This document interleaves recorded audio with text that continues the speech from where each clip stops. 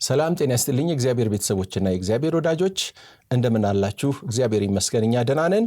ይሄ የካኖናስ የዳሰሳ ፕሮግራም ነው። በዚህ ፕሮግራም ወደ እናንተ ዕቅበተ እምነትና ፕሮፓጋንዳ በሚል ርዕሰ ጉዳይ ምክረ ሐሳብ ትምህርቶችን ይዘን መተን ነበረ። ዛሬ ደግሞ በአዲስ ዝግጅት ቀርበናል። ወንድሜ ኢዮስያስ በዚህ ስቱዲዮ ከኔ ጋር አለ። ኢዮስያስ እንኳን ደህና መጣህ። ታንኪዩ ጆንሰን አመሰግናለሁ። እንግዲህ ኃይሉ ዮሐንስ ከኤክሌሲያ ሚዲያ ጋር ያደረገው ቃለ ምልልስ ወቅታዊ ጉዳይ ነው። በዛ ጉዳይ ላይ ትኩረት አድርገን በመወያየታችን ደስታ ይሰማኛል። ምክንያቱም ኃይሉ ዮሐንስ በአንድም ሆነ በሌላ በኢትዮጵያ ወንጌላውያን ክርስትና ውስጥ ራሱን የቻለ ተጽዕኖ አለው። ያው ተጽዕኖ አሉታዊ ቢሆንም ተጽዕኖ አለው እና ያንን ለመዳሰስ አይነተኛ ቃለ ምልልስ እንደነበር ነው የምመለከተው። ቃለ ምልልሱን እንደ ቦፍ በረር ለመዳሰስ ያህል ኃይሉ ዮሐንስ እስከዛሬ ያስተማራቸውን ትምህርቶች ደርዝ ባለው መንገድ ግልጽ በሆነ መንገድ የሚያደምጠው ሰው ሊገባው በሚችል መንገድ በደንብ የተብራራበት ቃለ ምልልስ እንደሆነ ነው የማየው። ከዛ ባሻገር ጥያቄውም ጥሩ ጥያቄ ነው። ምክንያቱም የሚጠየቁ ጥያቄዎችን በተለምዶ የሚነሱ ጥያቄዎችን በማቅረብ በተደጋጋሚ ሐሳቡን እንዲያብራራ እድል ሰጥቶታል። ስለዚህ ጥሩ ቃለ ምልልስ እንደሆነ ነው የሚታየኝ። ምንድነው እኔ የማስበው የወንጌላውያን ክርስትና በተለይ ዕቅበተ እምነት አገልግሎት አንዱ ትልቁ ክፍተት ብዬ የማስበው ዕቅበተ እምነት ላይ የተሰማራን ሰዎች በሐሰት ትምህርት ውስጥ ያሉ ሰዎች የሚያስተምሩትን ትምህርት በእነሱ ጫማ ውስጥ ሆኖ የመረዳት ትልቅ ክፍተት አለ። ይሄንን ክፍተት ከመቅረፍ አንጻር የረዳ ቃለ ምልልስ እንደሆነ ነው የማስበው። ምክንያቱም በዕቅበተ እምነት አገልግሎት ላይ ያለን ሰዎች አንድ ሐሰተኛ መምህር ምን እንደሚያስተምር ለማወቅ ስብከቶቹን፣ ትምህርቶቹን ወዘተረፈ እነዚህ ማየት ይጠይቅብናል። ይሄ ቃለ ምልልስ ግን ይሄን ያቀልለ ነው። ምክንያቱም ሁሉም በአንድ ቃለ ምልልስ ውስጥ የተካተተ ስለሆነ ኃይሉ ምን ያምናል የሚለውን ለመገንዘብ የሚያስችለው ኃይሉም ራሱን እንደ ምንም ውሸት በሌለበት መንገድ ይሄ ጥሩ ነገር ነው ራሱን የቃል እምነት መምህር እንደሆነ አድርጎ አቅርቧል። ያው የቃል እምነት የሚለውን ቋንቋ እንደማይወደውና የእምነት ቃል እንደሆነ መጽሐፍ ቅዱሳዊ ቋንቋው ያ እንደሆነ አንስቶ አስቀምጧል። ስለዚህ ራሱን በዛ መንገድ አቅርቧል። የቃል እምነት አስተምሮ ዋና ዋና አስተምሮቶች ምን ናቸው የሚለውንም በዝርዝር አቅርቧል። ስለዚህ እኔ እንደ ጥሩ አጋጣሚ ነው የማየው ቃለ ምልልሱ። ጥሩ አይተዋል። ኃይሉ ዮሐንስ በዚህ ኢንተርቪው ትምህርቶቹን ሙሉ ሐሳባቸውን ተናግሯል ብዬ ባላምንም እስካሁን ድረስ ካደረጋቸው ኢንተርቪዎች ሰፋ ያለ ሐሳቦችን ዳሷል። ራሱንም በግልጽ የእምነቱን አቋም አስቀምጧል። ጥሩ አቀራረብ ነው። ምላሽ ለመስጠትም እንዳልከው የተመቸ ይሆናል። እንግዲህ በዚህ ኢንተርቪው ኃይሉ ዮሐንስ እንደ መግቢያ ያነሳቸው ሐሳቦች የሰዎችን ትኩረት ለመያዝ የተጠቀማቸው ሐሳቦች አታላይ ሆነው አይቻቸዋለሁኝ። ከመግቢያው ጀምሮ ስለ እምነት አቋሙ ሲጠየቅ በሱ ቋንቋ የእምነት ቃል አራማጅ ብቻ ነኝ ወይም አማኝ ነኝ ብቻ አይደለም ያለው፣ ኢቫንጀሊካል ነኝ ብሏል፣ ፔንቴኮስታል ነኝ ብሏል እና ደግሞ ወርድ ኦፍ ፌዝ ወይም የእምነት ቃል አማኝ ነኝ ብሎ በሶስት ካታጎሪ ነው ራሱን የገለጠው። እግዚአብሔር ያሳይ እንግዲህ ምንም እንዳያመልጠው ማለት ነው። ሁሉንም የእምነት አቋም በሚወክል አይነት አቀራረብ ነው የቀረበው። ይሄ በፍጹም ሊሆን አይችልም። አንድ የእምነት ቃል አማኝ እንዴት ነው ኢቫንጀሊካል ሊሆን የሚችለው? ምልህ የተወሰነ ነገር ሊጋራ ይችላል ከኢቫንጀሊካል አመለካከት፣ ከፔንቴኮስታልም አመለካከት የተወሰነ ነገር ሊጋራ ይችላል። ግን ቢያንስ ኢቫንጀሊካሎችና ፔንቴኮስታሎች በእግዚአብሔር ቃል የበላይነት ያምናሉ። ሪቬሌሽን እንደተዘጋ ያምናሉ። የወርድ ኦፍ ፌዝ መሰረት ደግሞ ሪቬሌሽን ነው። ኬንዮን ገና ትምህርቱን ሲጀምረው የዚህ ትምህርት ጀማሪ ኬንዮን ነው። ተገለጠልኝ ብሎ ነው የጀመረው። ከዛ በኋላ ይህንን ትምህርት በኃይል ያንቀሳቀሰውና ያሰራጨው ኬኔት ሃገን ነው። ኬኔት ሃገንም ቢሆን ያው ከህልም ነው የጀመረው። እንደምታውቀው አይ ዌንት ቱ ሄል በሚለው መጽሐፉ ለ10 ደቂቃ እንደሞተ ይናገራል ኬኔት ሃገን። ከዛ በኋላ ትምህርቴን አስለወጠኝ፣ ያየው ነገር የሰማው ነገር ትምህርቴን አስለወጠኝ ብሎ ማርቆስ 11 ላይ በመደገፍ ነው የእምነት ቃል ትምህርትን ያስተማረው። እንግዲህ ከዚህ አንጻር ስትመለከተው ትምህርታቸው፣ እምነታቸው፣ ሃይማኖታቸው የተመሰረተው በመገለጥ ላይ ነው ማለት ይቻላል። በዚሁ ኢንተርቪው ላይ ኃይሉ ዮሐንስ ሲናገር ሰምተው ከሆነ ከጳውሎስ ቀጥሎ ያለው ሊቅና ምሁር ኬንዮን ነው ይላል። ትልቁን መገለጥ ያገኘው ማለት ነው። ከዛ በኋላ ደግሞ ኬኔት ሃገን፣ ሶስተኛው ሰው ደግሞ ኃይሉ ዮሐንስ ማለት ነው። የኬኔት ሃገንን መጽሐፍ እንደሚያነብ አልደበቀም። ግን የራሴን ትምህርት ነው ማስተምረው፣ አነባለሁ፣ ግን የበለጠ እንዲገለጥልኝ ነው የሚያደርገኝ የእሳቸው መጽሐፍ ብሎ ነው የተናገረው። እያስተማረ ያለው በዚህ ኢንተርቪው ላይ የሰጣቸው ሐሳቦች በሪቬሌሽን የመጡ ናቸው፣ በመገለጥ የመጡ ናቸው። ወንጌላውያን ደግሞ መገለጥ አቁሟል ብለው ያምናሉ። ምክንያቱም በሐዋርያትና በነቢያት መሰረት ላይ ተመስረታቸዋል ይላል የእግዚአብሔር ቃል። መገለጥ ካልቆመ መሰረት ተጥሎ አላለቀም። የእምነት መሰረት ተጥሎ አልቋል። እነ ጳውሎስ ያልተረዱት፣ እነ ጳውሎስ ያላብራሩት፣ በአዲስ ኪዳን ጸሐፍት ያልተብራራ ያልተገለጠ ምንም ነገር የለም። እርግጥ ነው መንፈስ ቅዱስ ኢሉሚኔሽን ይሰጠናል፣ አብርሆት ይሰጠናል። የተጻፈው ነገር ምን እንደሆነ እንድናስተውል ማለት ነው፣ እንድንረዳ። የኃይሉ ዮሐንስ በእነኚህ 3 ካታጎሪዎች ውስጥ ራሱን መግለጥ ለእኔ ፌዝ ነው፣ እውነትነት የለውም። የሚገርም ይሄ ብቻ አይደለም፣ ሌላም በጣም ቀልድ የሚመስል ነገር ተናግሯል። የሐዋርያት መግለጫን አምናለው፣ 5ቱን ፒላሮች አምናለው፣ በቤተ ክርስቲያን የእምነት መግለጫዎች አምናለው ብሎ ይናገራል። እና ይሄ ለእኔም በጣም ቀልድ ነው። ምክንያቱም ትምህርቶቹ በዚህ አስተምሮ ላይ ያልተመሰረቱ ናቸው። ይሄ በጣም ቀልድና ሹፈት ነው። ሌላ እንደው የሰው ትኩረት ለመያዝ የተጠቀመበትን አንድ ነገር ባነሳል፣ ሬንሃርድ ቦንኬን ያነሳል። ሬንሃርድ ቦንኬ በኢትዮጵያ ኢቫንጀሊካል አማኞች፣ ወንጌላውያን አማኞች በጣም ተቀባይነት ያላቸው የወንጌል ሰባኪ ናቸው። ድነትን እንደ ፌዝ ቲቸሮች እንደ ፓኬጅ በማየት ድነታችን የብልጽግና ምንጭ ነው የሚል ትምህርት አስተምረው አያውቁም፣ እኔ እስከማውቀው ድረስ ማለት ነው። እኚህ ሰው የኬንዮን የመንፈሳዊ ልጅ ናቸው ብሎ ተናግሯል። እና እንደ ምክንያት ያቀረበው ሬንሃርድ ቦንኬ የኬኔት ኮምፕላንት መንፈሳዊ ልጅ ናቸው ብሎ ተናግሯል። ይሄ በጣም ማጭበርበር ነው ብዬ ማምነው። ያቀረበው ምክንያት የሬንሃርድ ቦንኬ ሚኒስትሪ በኬኔት ኮምፕላንት ይደገፍ ነበረ፣ ይረዳ ነበረ የሚል ሐሳብ ነው። እንግዲህ እግዚአብሔር ያሳይህ። በሚኒስትሪ የቦንኬ ሚኒስትሪ በፋይናንስ ስለሚረዳ ቦንኬ የኬንዮን መንፈሳዊ ልጅ ነው ሲባል ማለት ነው መሰረት የሌለው ውሸት ነው። ምክንያቱም መንፈሳዊ ልጅ ለመሆን አንድ ሰው ልክ አሁን ጳውሎስ ጢሞቴዎስን መንፈሳዊ ልጄ ሲለው እምነቴን፣ አካሄዴን ተከተል ነው የሚለው። የጳውሎስን አካሄድ፣ እምነት፣ ዶክትሪን ይከተል ነበረ ጢሞቴዎስ። ከፋይናንስ እርዳታ በመነሳት ብቻ መንፈሳዊ ልጅ ነው ብሎ አንድን ሰው መፈረጅና መወሰን በፍጹም አይቻልም። ኃይሉ ዮሐንስ እንግዲህ ለማታለል ብቻ ሞክሯል የሚለውን ያንተን ፐርስፔክቲቭ እንዳለ ሆኖ ያው የሚዲያ ዳሰሳ ስለሆነ ነጻ ሐሳብ እንዳለን አስባለሁና እንዳልከው ትምህርቱ ማኒፑሌቲቭ ነው። ራሱ ቅዱሳት መጽሐፍትንም ትክክለኛ ባልሆነ የመጽሐፍ ቅዱስ አፈታት ሄርሜኔቲክስ ተጠቅሞ ነው ቅዱሳት መጽሐፍትን የሚፈታውና አታላይነቱ ከባህሪው ጭምር ነው የትምህርቱ እና እሱ ላይ ምንም ጥያቄ የለውም። ኃይሉም በዚህ ሂደት ውስጥ አንዳች ተቀባይነትን፣ ርካሽ ተቀባይነትን ለማግኘት በሚል እነዚህን ነገሮች አምናለው ሊል እንደሚችል እገምታለሁ። ከዛ በስቲያ ግን ከንግግሩን የተረዳሁት ነገር አሁን ያልካቸውን ነገሮች አምናለሁ ብሎ ሲናገር እንዴት ነው የቃል እምነት እንቅስቃሴ የሚመለከተው ወደሚለው ይወስደኛል። በማብራሪያው ላይ በደንብ አንክሮ ከሰማ በክርስትና ታሪክ ውስጥ የተለያዩ እንቅስቃሴዎች ተነስተዋል ብሎ ያምናል። ለምሳሌ የታድሶ እንቅስቃሴ ሉተርን አንስቶ ወደ እግዚአብሔር ቃል የመመለስ እንቅስቃሴ እንደሆነ ገልጿል። ከዛ በተጨማሪ ደግሞ ጴንጤቆስጤ እንቅስቃሴን አንስተዋል። መንፈስ ቅዱስ ላይ ሰዎች ትኩረት እንዲያደርጉ ከታድሶ ከዘመነ ታድሶ ከነ ሉተር እንቅስቃሴ ከፕሮቴስታንቱ በኋላ የመጣው ጴንጤቆስጤ እንቅስቃሴ የነ ሉተርን ኮምፕሊት በማድረግ የጎደለውን በማሟላት እንደሄደና ከዛ በመቀጠል የቃል እምነት እንቅስቃሴ ደግሞ በእምነት ጉዳይ በተለያዩ ዶክትሪናል ኢሹዎች አሉ፣ ያው እንመጣባቸዋለን። በዛ መንገድ ሙሉ እንዳደረገ አስቡ ነው ያስቀመጠው። ያው እንደምታውቀው የቃል እምነት እንቅስቃሴ ብቻ ሳይሆን የአዲሱ ዘመን የሐዋርያትና የነቢያት እንቅስቃሴ መምህራን ራሳቸውን ሲያቀርቡ እንዴት ነው ራሳቸውን እንደ አዳሽ ነው የሚያስቀምጡት። ወይም ደግሞ በተለያዩ እንቅስቃሴዎች እግዚአብሔር ተጠቅሞ ቤተ ክርስቲያንን በሆነ አቅጣጫ አነቃ፣ ስለዚህ እኛ ደግሞ በዚህ አቅጣጫ አነቃን እያሉ የራሳቸውን ሚና በማስቀመጥ ራሳቸውን እንዳዳሽ ነው የሚያስቀምጡት።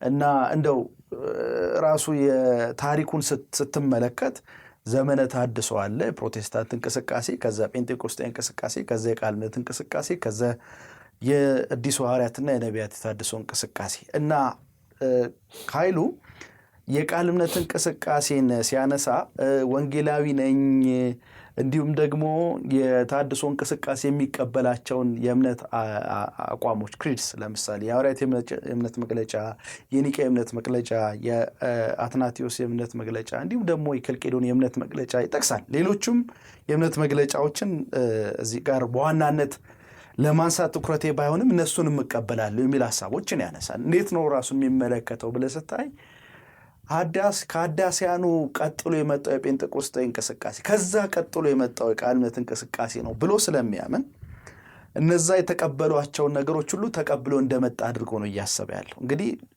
ኃይሉ ራሱን እንዴት አድርጎ እንደሚያቀርብ ትመለከታለህ። እዚህ ውስጥ ምን ያህል የቃል እምነት እንቅስቃሴ ሊያገዝፈው እንደፈለገ፣ ቃል እምነት እንቅስቃሴ ከታድሶ እንቅስቃሴ እንዲሁም ደግሞ ከጴንጤቆስጤ እንቅስቃሴ የማይተናነስ እንቅስቃሴ እንደሆነ አድርጎ እንደተገነዘበ ታያለ። ለራሱ የሚሰጠው ስፍራ ከዚህም የመነጭ ነው። ለዛ ነው ድፍረቱም እኔ ቃል እምነት እንቅስቃሴ መምህር ነኝ በማለት የሚወጣው። ከጳውሎስ ቀጥሎ ለእኔ ትልቁ ስኮላር ኢደብሊው ኬንዮን ነው ብሎም የመጣው። ስለዚህ እንዴት ነው የሚመለከተው? ሲስተማቲካሊ ነው ትምህርቱን ለማስቀመጥ የሞከረው። ኢናዲሽንቱ ሊያታልል ሞከረ ከምትለው በተጨማሪ እኔ በዚህ አይነት መንገድ እመለከተዋለሁ። ቅላቅ ያለ አቀራረብ ይዞ ለመምጣት ነው እየሞከረ ያለው። እውነት ለመናገር የእምነት አቋሞችን በሚመለከት ሲናገር በደንብ አንክሮ ሰምተው ከሆነ ጥልቅ በሆነ ጉዳይ ዲቴይልድ በሆነ መንገድ አምስቱንም ብቻዎች በል ወይም የእምነት አቋሞችን ለምሳሌ የሐዋርያትን፣ የኒቅያን፣ የአትናቴዎስን፣ የኬልቄዶንን ጉባኤ በሚመለከት ዝርዝር በሆኑ ጉዳዮች ስንመጣ ልዩነት ይኖረኛል። ይሄ ልዩነት ደግሞ የኔ ብቻ አይደለም፣ የሌሎቹም የሚቀበሉትን መካከል ልዩነት አለ። ግን በአጠቃላይ በስኬሌተን ደረጃ ይሄ እሱ ቋንቋ ነው፣ ሌሎች ቪዲዮዎቹም ላይ ይናገራል።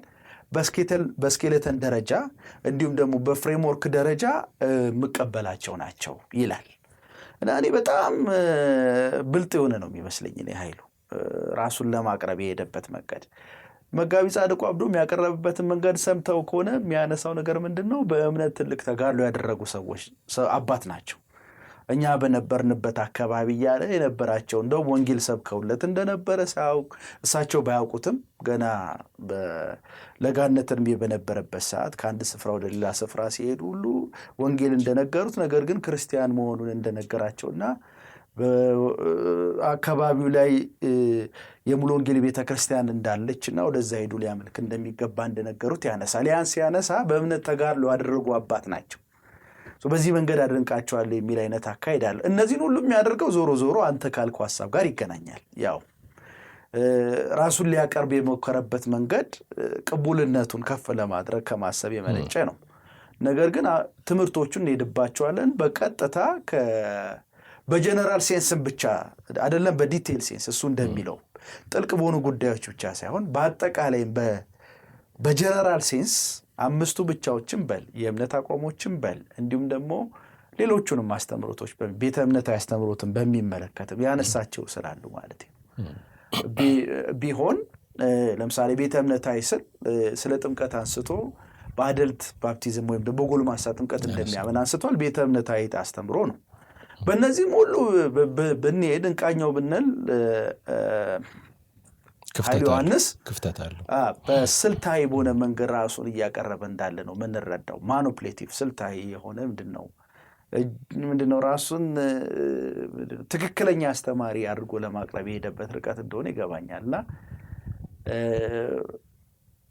አደገኛ እንደሆነ ነው የሚሰማኝ ለማያውቅ ሰው፣ ለሚሰማ ሰው በደንብ እያንዳንዱን ታሪክ ለማይገነዘበ የአስተምሮቶቹን ምንነት ላልተገነዘበ ሰው የእንቅስቃሴዎቹን ልያው የቃል እምነት እንቅስቃሴ አስተምሮ ምንነትን አውቆ ከሌሎቹ እንቅስቃሴዎች አንጻር በጥልቀት ያጠና ሰው ካልሆነ በስተቀር የእሱን ንግግር ሰምቶ ወዲያው የመቀበል ነገር አለ። ባይ ዘ ዌይ የኤክሌሲያ ሚዲያ ላይ ኢንተርቪው ያደረገበትን ቪዲዮ ሄደህ ስትመለከት ሁለት ክፍል ያደረገው እንደምታውቀው፣ ሁለቱም ክፍል ላይ እኔ ስራዬ ብዬ የሰዎችን ኮሜንት ለማየት ሞከርኩኝ።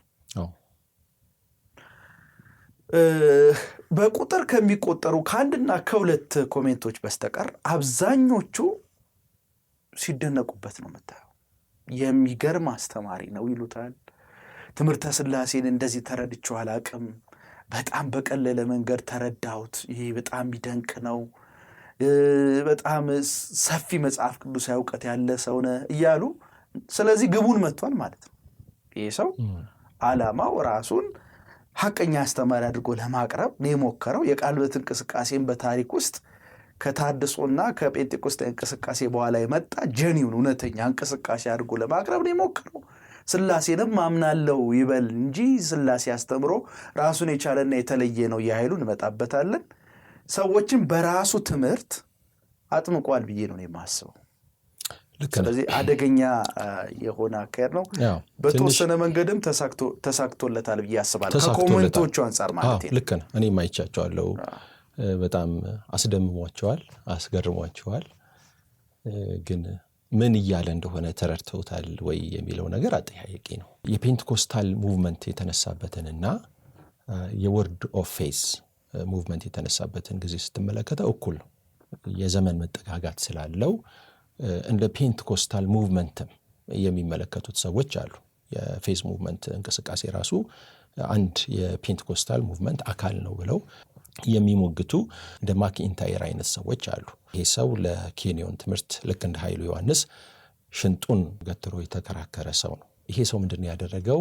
ኬንዮን የፔንቴኮስታል ሙቭመንት ሜምበር ነው። ከቅድስና ሙቭመንት ውስጥ የወጣ ሰው ስለነበረ ፔንቴኮስታል ሙቭመንትን ያስቀጠለ ሰው ነው እንጂ እንግዳ ትምህርት ይዘመታል ተብሎ የሚወገዝ አይደለም የሚል ክርክር ነው የተከራከረለት።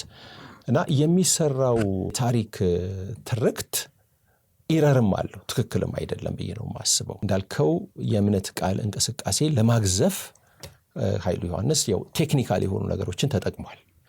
ጴንጤቆስጣዊ እንቅስቃሴ ከዘመነ ታድሶ በኋላ እንደመጣ ይነሳልና ከዘመነ ታድሶ የሚለየውም የሚያመሳስለውም ነገር አለ። ያው ጴንጤቆስጣዊ እንቅስቃሴ ቤተ እምነታዊ እንቅስቃሴ እንደሆነ ታውቃለህ። ምን ማለት ነው? ይህንን እንቅስቃሴውን በአዎንታዊ መንገድ የሚመለከቱ አሉ፣ በአሉታዊ መንገድ የሚመለከቱ አሉ።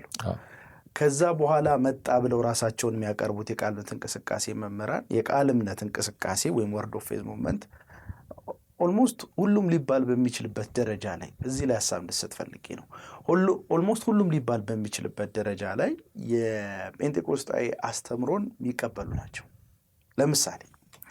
ለምሳሌ ማንሳት ካስፈለገ የታወቀው ከኤ.ደብሊው ኬንዮን ቀጥሎ የመጣው ኬኔት ሃገን ባፕቲዝም ኦፍ ሆሊ ስፒሪት የሚል መጽሐፍ ጽፈዋል።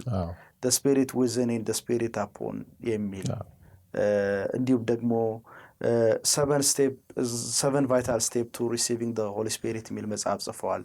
the Bible way to receive the Holy Spirit የሚል ጽፈዋልና እነዚህ ወደ 4 የሚጠቀሱ መጽሐፍቶቹን ስትመለከት የጴንጤቆስጣዊ አስተምሮን ሙሉ ለሙሉ የተቀበለ ሆኖ ትመለከተዋል። ያው ጴንጤቆስጣዊ ክላሲካል ብለን ስናነሳ ማለት ጴንጤቆስጣዊ የተለያየ ፈርጅ አለው። ግን እኛ ስለ ታሪካዊ ጴንጤቆስጣዊ ስናወራ ከ1901 ጀምሮ ያለውን ከአዙዛ ስትሪት ጀምሮ ያለውን ስናነሳ ሁለት አይነት ብለሲንግ እንዳለ፣ የመጀመሪያው ብለሲንግ በክርስቶስ አምኖ መጽደቅ ነው።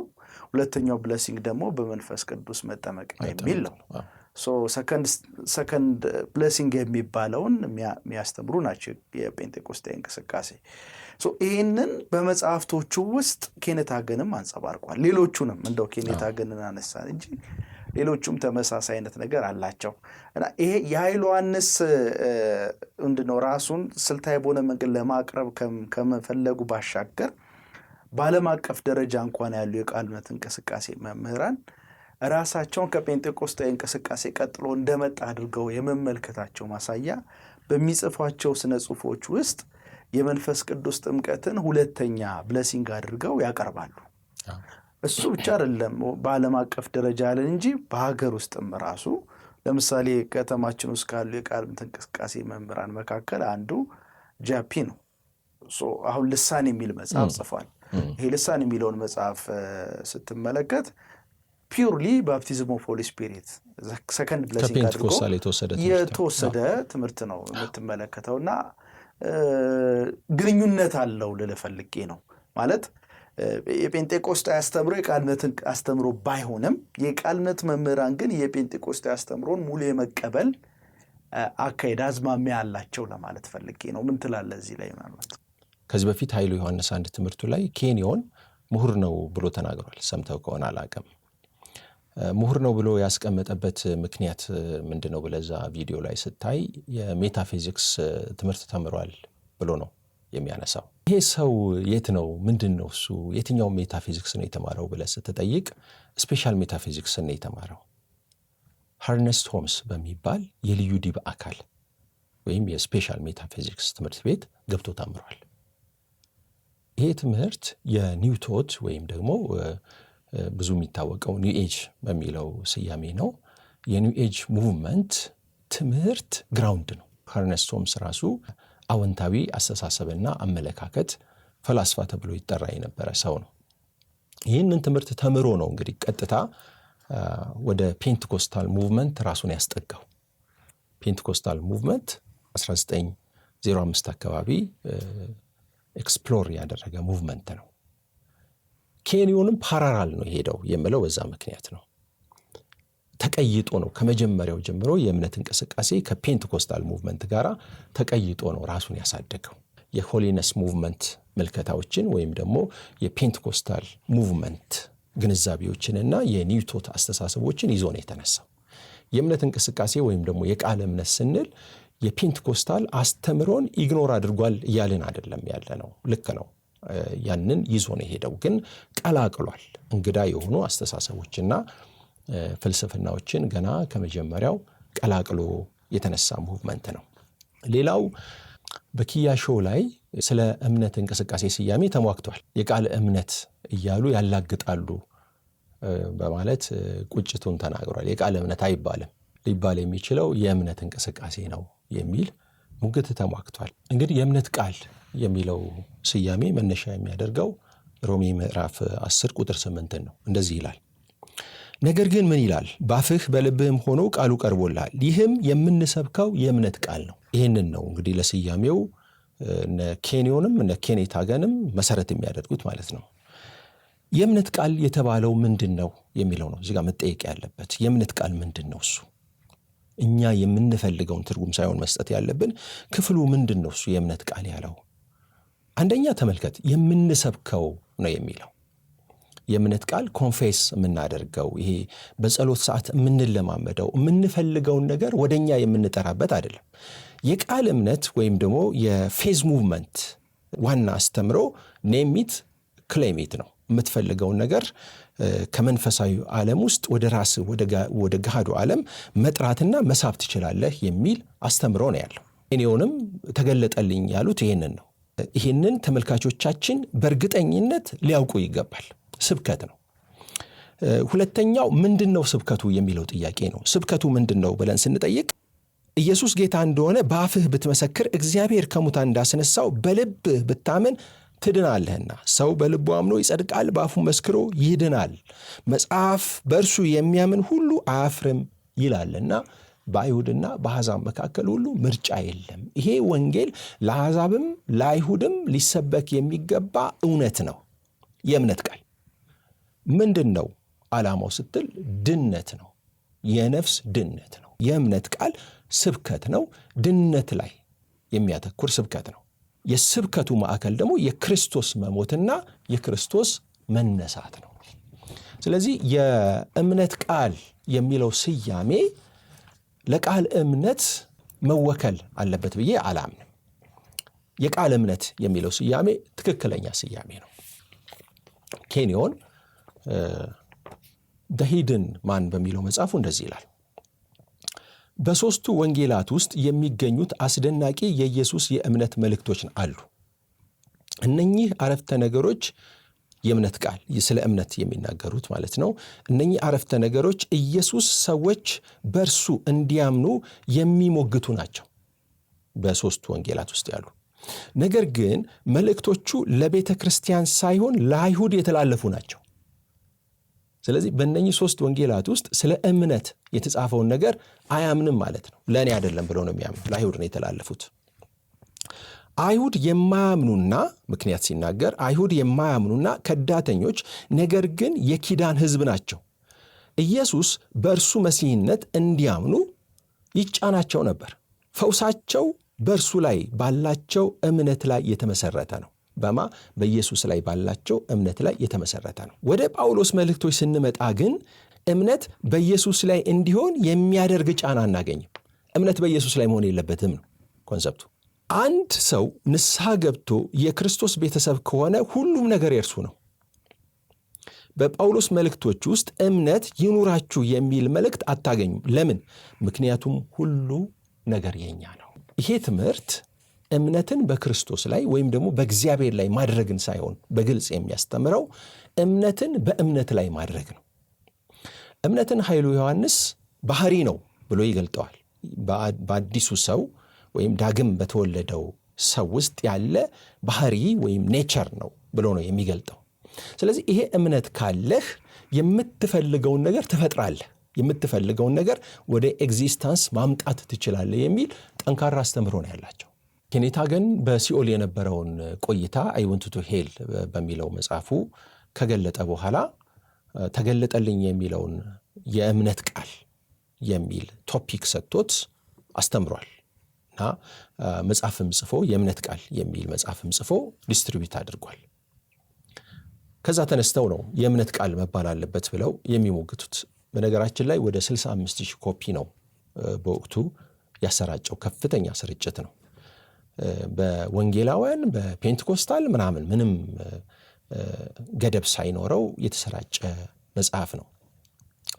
ኃይሉ አንድ የተቃወመው ነገር የቃል እምነት ትምህርት ካንሰር መባሉን ነው። የቃል እምነት ካንሰር መባሉ እኔ ሲያንስበት ነው ብለው። ምክንያቱም ፔንቴኮስታሉንም ኢቫንጀሊካሉንም የበከለ ትምህርት ነው። ካሴቶቻቸው ተሰራጭተዋል፣ መጽሐፍቶቻቸው ተሰራጭተዋል። እምነት የመለኮትን ቦታ ተክቶ የምትፈልገውን ነገር ማድረግ ይችላል። ዳግም ከተወለድክ የእግዚአብሔርን እምነት በተፈጥሮህ ከተካፈልክ ናቹራል የሆነው እግዚአብሔር ጋር ያለው እምነት አንተ ውስጥ ካለ የምትፈልገውን ነገር ማድረግ ትችላለህ። እግዚአብሔር ጋር ያለው ባህሪ የማድረግ ባህሪ አንተ ጋር ስለሚሆን ማለት ነው። ስለዚህ እግዚአብሔር አያስፈልግም። በጣም ኮንትራዲክት የሚያደርግበትን ነገር እኔ ንግግሩ ላይ አይቻለሁኝ። አንድ ቦታ ላይ ምን ይላል? የኒው ኤጅ ሙቭመንት አራማጅ አይደለሁም ይላል። ኒው ኤጅ ሙቭመንትን የሚኮንንበትን ምክንያት ኃይሉ ሲያነሳ እግዚአብሔርን ከሕይወትህ ያወጣዋል እና አንተን ነው አምላክ የሚያደርግህ፣ እግዚአብሔርን ከሕይወትህ ያርቀዋል የሚል ሐሳብ ነው የሚናገረው። ግን ራሱ የሚያራምደው የእምነት አቋም የቃል እምነት አስተምሮ ምንድን ነው የሚያደርገው ብለህ ስትመለከትም በእግዚአብሔር ላይ ጥገኛ እንዳትሆን፣ በእምነት ላይ ጥገኛ እንድትሆን ነው የሚያደርግ። በነገራችን ላይ የኒው ቶት ወይም ደግሞ የኒው ኤጅ ሙቭመንት አስተሳሰብም እምነትን ያነሳል። እምነትን ግን የሚያነሳው የምትፈልገውን ነገር እንደምታደርግበት ኃይል ነው። የእምነት እንቅስቃሴም እንደዛው ነው እምነትን የሚያየው። እምነት ግን የምትፈልገውን ነገር የምታደርግበት ኃይል ሳይሆን ወይም ድርጊት ፈጻሚ ሳይሆን የድርጊት ምክንያት ነው። ከእግዚአብሔር አንድ ነገር ትጠብቃለህ ወይም አንድ ነገር ትፈልጋለህ። የምታምነው እግዚአብሔርን ነው። ስለምን?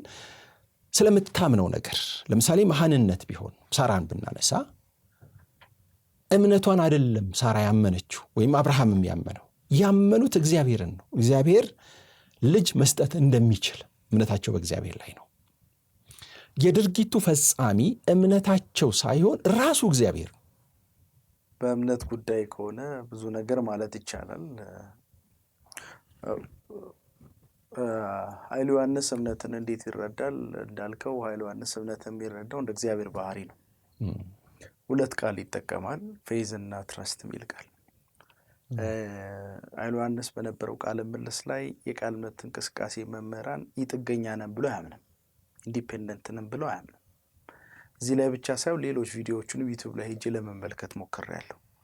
እንደሱ አይነት ነገር ሳይሆን የሚያምነው ምንድነው የሚለው እኛ ወደ ህልውና ለመምጣታችን ምክንያቱ እግዚአብሔር ነው፣ ምንጩ እግዚአብሔር ነው። እግዚአብሔር የሚረዳበት መንገድ እግዚአብሔር ኤሎሂም ነው፣ ገዢና ፈራጅ ነው። ያው እንመጣበታለን ትምህርተ ሥላሴ ላይ እሱ እንዴት ትምህርተ ሥላሴ እንደሚረዳ ማለት ነው።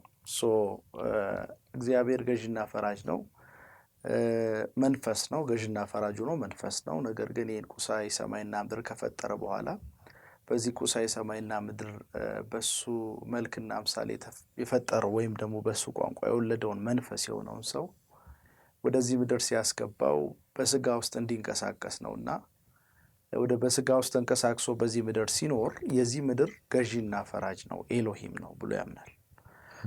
ይሄ የሰው ዓለም ነው ብሎ ነው የሚያምነው፣ እግዚአብሔር ዓለም አይደለም። ለኃይሉ ዮሐንስ እግዚአብሔር የራሱ ዓለም አለው። እግዚአብሔር በዩኒቨርስ ላይ በፈለክ ላይ እንዲሁም በሌሎቹም ከዩኒቨርስ ውጭ ባሉ ፍጥረታት እኛ በማናቃቸው ላይ ገዢ ነው፣ ፈራጅ ነው። እሱ ነገሮችን ወደ ህልውና አምጥቷል። እኛ ደግሞ ገዢና ፈራጅነታችን የተወሰነ ነው ይላል። በዚህ ምድር ላይ ብቻ የታጠረ ነው። በዚህ የገዢና ፈራጅ ሚናችን ውስጥ እግዚአብሔር ጣልቃ አይገባም። ከዚህ አንጻር እኛና እግዚአብሔር ምን ግንኙነት አለን የሚለውን ሲያስረዳ ነው ስለ እምነት የሚመጣው። እዚህ ጋር ትረስት እናደርጋለን እግዚአብሔርን። ምክንያቱም በዚህ ቁሳዊ ሰማይና ምድር ውስጥ በስጋ ውስጥ ሆነን ስንኖር ገዢና ፈራጅ የሆነው በእግዚአብሔር ስለሆነ እሱን እንታመነዋለን፣ ትረስት እናድርገዋለን ይላል። ትረስት ማድረጉ ላይ ጥያቄ የለውም።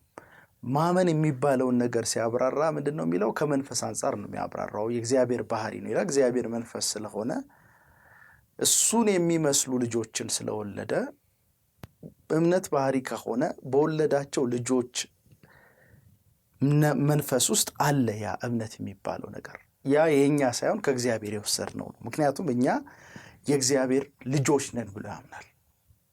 አገኘኝ። ስለዚህ ለሱ ማመን መታመን በእግዚአብሔር ላይ መታመን እንደሆነ ቢያስብም እምነትን ሲያብራራ እምነት የእግዚአብሔር ባህሪ ነው። መንፈስ የሆነው እግዚአብሔር መንፈስ የሆነውን ሰው ሲወልድ የእግዚአብሔር ሙሉ ባህሪ እንደውም አይደንቲካል ነው ብሎ እሱ የሚያስቀምጠው ሙሉ ባህሪያቶች በመንፈሳችን ውስጥ ስላለ እምነት ደግሞ አንዱ የእግዚአብሔር ባህሪ ስለሆነ ወደኛ ተላልፏል ያ።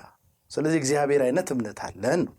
ኢደብሊው ኬንዮንም ሁለት አይነት እምነት እንደሚል ሁለት አይነት እውቀት እንደሚል ታውቃለህ። ሁለት አይነት እውቀት እንደሚል እግዚአብሔር አይነት እምነት አለን ብሎ ያምናል።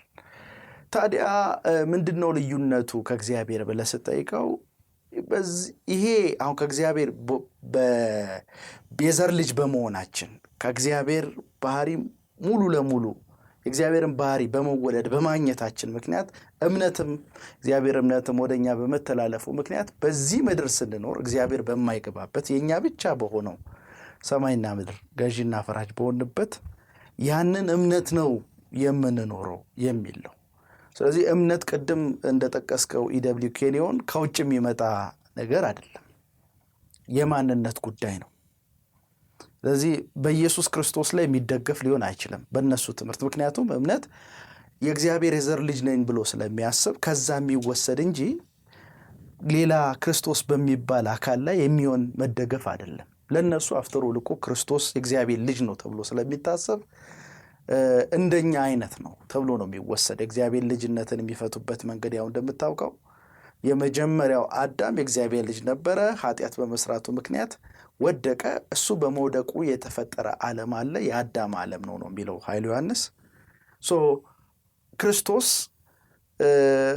በሰው ዓለም ውስጥ መግባት ነበረበት። የግድ መፍትሄ የሚመጣው በሰው ስለሆነ ይሄ የሰው ዓለም ስለሆነ የእግዚአብሔር ልጅ ሁለተኛው የሥላሴ አካል ኤሎሂ እሱ ብሎ የሚያስቀምጠው ሰው ሆኖ መጣ ወደዚህ ምድር። ወደዚህ ምድር ሰው ሆኖ ስለመጣ የእግዚአብሔር የዘር ልጅ ሆኗል በልጅነት። ምክንያቱም እግዚአብሔር ልጅነት የእግዚአብሔር የዘር ልጅነት ከመሆን አንጻር ስለሆነ የሚያብራራው ሆኗል። ስለዚህ እሱ እኛ በሱ ላይ ሳይሆን የምንደገፈው እንደውም ኢየሱስ ክርስቶስ አምላኬና አባቴ ብሎ እግዚአብሔር አብን አስቀምጧል። አምላክና አባቱ እግዚአብሔር አብ።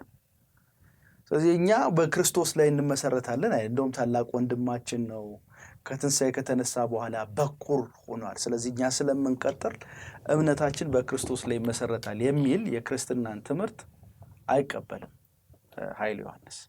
ስለዚህ ለእሱ እምነት ውጫዊ አይደለም፣ በሆነ አካል ላይ መደገፍ አይደለም። አሁን እኛ እምነትን ስንፈታ ኦብጀክት ኦፍ ፌዝ ምንለው ነገር አለ። ኦብጀክት ኦፍ ፌዝ ማለት እምነት የሚያርፍበት አካል ማለት ነው።